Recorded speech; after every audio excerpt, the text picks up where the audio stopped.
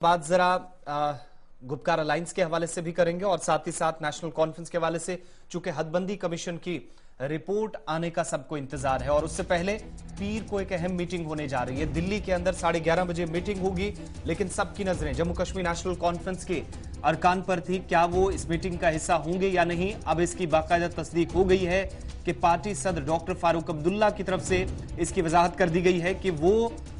पहली बार हदबंदी कमीशन की दिल्ली के अंदर होने वाली मीटिंग में शिरकत करेंगे। मीटिंग से किसी भी सूरत में दूर नहीं रहा जा सकता और अगर दूर रहें तो इस पर भी सवाल उठेंगे। डॉक्टर फारूक अब्दुल्ला का एक बयान सामने आया है 20 तारीख को होने वाली मीटिंग में, जहां पहले ही एजेंडा तय किया गया था और रिटायर्ड जस्टिस हसनैन मसूदी की तरफ से एक खत भी लिखा गया था हदबंदी कमीशन के सरबराह को और उनसे पूछा गया था कि वो इस मीटिंग को बुलाने का मकसद क्या है, साफ करें। और उसके बाद खत पहुंचा, दोबारा ईमेल नेशनल कॉन्फ्रेंस के पास पहुंची और ये पहली बार होगा कि हदबंदी कमीशन में, जहां जिसे retired justice Ranjan Prakash Desai head कर रही हैं, शुरुआती दौर से जब मीटिंग्स हुई हैं 18 फरवरी को भी मीटिंग हुई थी, तब भी नेशनल कॉन्फ्रेंस इस मीटिंग में नहीं गई थी, लेकिन अब 20 तारीख को होने वाली मीटिंग में पार्टी सदर की तरफ से इसकी तस्दीक कर दी गई है कि नेशनल कॉन्फ्रेंस शिरकत करने जा रही है।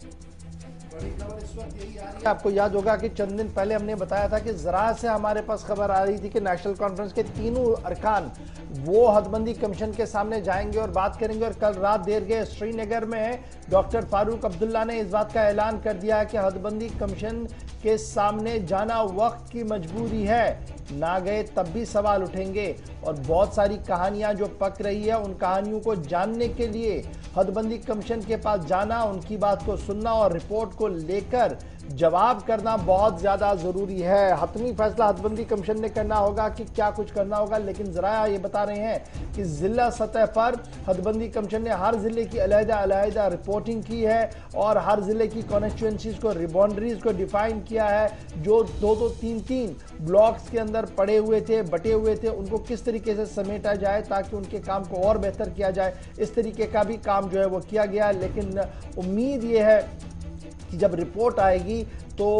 उसमें उन सभी ख्यालात और जज्बात का ख्याल भी रखा गया होगा, ये फारूक अब्दुल्ला का मानना। तो फारूक अब्दुल्ला जनाब जाएंगे हदबंदी कमीशन के अंदर। बीजेपी ने पहले ही अपनी बात साफ कर दी थी, यानी इस बार जो मीटिंग दिल्ली के अंदर होनी है उसके बाद जो रिएक्शन होगा वो इंतहाई अहम रिएक्शन होगा। फिलहाल नेशनल कॉन्फ्रेंस हदबंदी कमीशन के इजलास में जो 20 तारीख को होना है, यानी आज के बाद 2 दिन, आज 18 है, 19 और 20 तारीख को जो इजलास होना है 11:30 बजे, उसमें शिरकत करेंगे दिल्ली के अंदर डॉक्टर फारूक अब्दुल्ला, हसनैन मसूदी और उनके तीसरे मेंबर पार्लियामेंट जो बारामूला को रिप्रेजेंट करते हैं। तो ये तो बात थी जनाब हदबंदी कमीशन के हवाले से, लेकिन उसके साथ साथ इत्तेहाद की अलामत को बरकरार रखने का भी ऐलान कर दिया गया है और इत्तेहाद की अलामत को बरकरार रखते हुए डॉक्टर फारूक अब्दुल्ला और दीगर पार्टियों की तरफ से यह साफ कर दिया गया कि पीपल्स अलायंस फॉर गुपकार डिक्लेरेशन का आइंदा इजलास जम्मू के अंदर तलब किया गया है और जम्मू के अंदर 21 तारीख को यह इजलास मुनक्किद किया जाएगा। 20 तारीख को दिल्ली के अंदर रिपोर्ट्स आएंगी, क्या कुछ हुआ होगा और उन रिपोर्टों पर डिटेल डिस्कशन जो है वो किया जाएगा पीपल्स अलायंस फॉर गुपकार डिक्लेरेशन की मीटिंग के अंदर, जिसे 21 तारीख को तलब किया गया है। सीधी बात है, जो वहां से आपको इनपुट मिलेगा उसे आप नेशनल कॉन्फ्रेंस अपने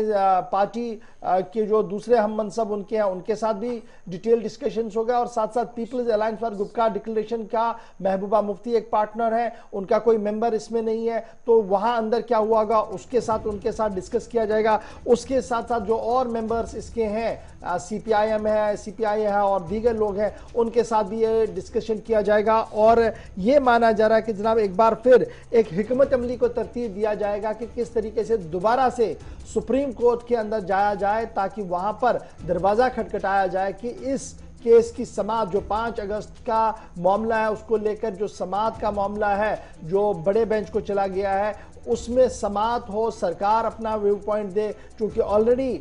यहां से कई पार्टियों की तरफ से जो है वो सवाल खड़े कर दिए गए हैं कोर्ट के अंदर और कहा गया कि ये मुतनाज़ा मामला है और कोई भी काम आगे ना बढ़े